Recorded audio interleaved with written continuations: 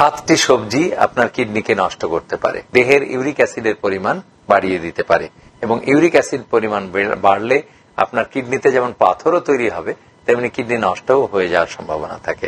এই 7টি সবজি থেকে আপনি সাবধান। যাদের কিডনি রোগ আছে তারা তো খাবেনই না, আর যাদের রোগ নেই তারাও কম কম খাবেন। যাদের 3 স্টেজের কিডনি ডিজিজ আছে তাদের জন্য টমেটো এবং পালং শাক বাদ দিয়ে দিন, নিষিদ্ধ। কিডনির রোগ থাকলে তো এই স্যুপ খাওয়াই যাবে না। মাশরুমের মধ্যে আছে প্রচুর পিউরিন, এই পিউরিনটা মেটাবলিজম হয়ে তৈরি হবে ইউরিক অ্যাসিড, কাজে মাশরুম সমৃদ্ধ খাবার আপনার জন্য নিষিদ্ধ।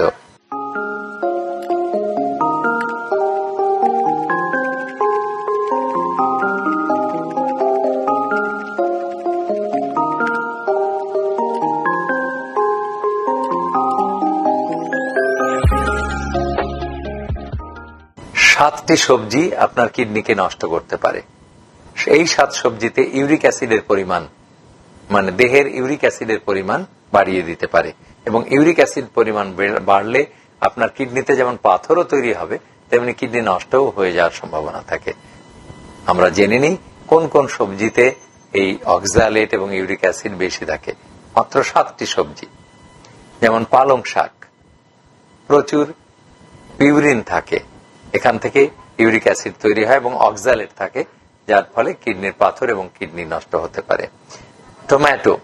টমেটো সালাদ আমাদের পছন্দ হতে পারে, কিন্তু টমেটো সালাদের মধ্যে লবণ অতিরিক্ত দেওয়া হয় সালাদ বানানোর সময়, এবং টমেটো নিজেও অক্সালেট এবং গ্লুটামেট আছে টমেটোর মধ্যে, কিডনি নষ্ট হতে পারে।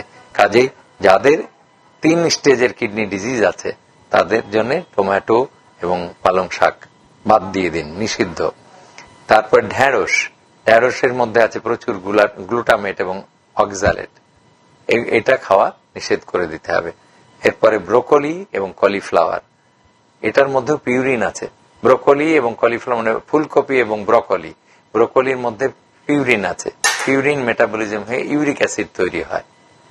তারপরে মাশরুম তো আধুনিক খাবার দাবার বেশিরভাগ খাবারের মধ্যে ব্যবহার করা হচ্ছে, চাইনিজ থাই স্যুপগুলির মধ্যে ব্যবহার করা হচ্ছে, অথচ কিডনির রোগ থাকলে তো এই স্যুপ খাওয়াই যাবে না।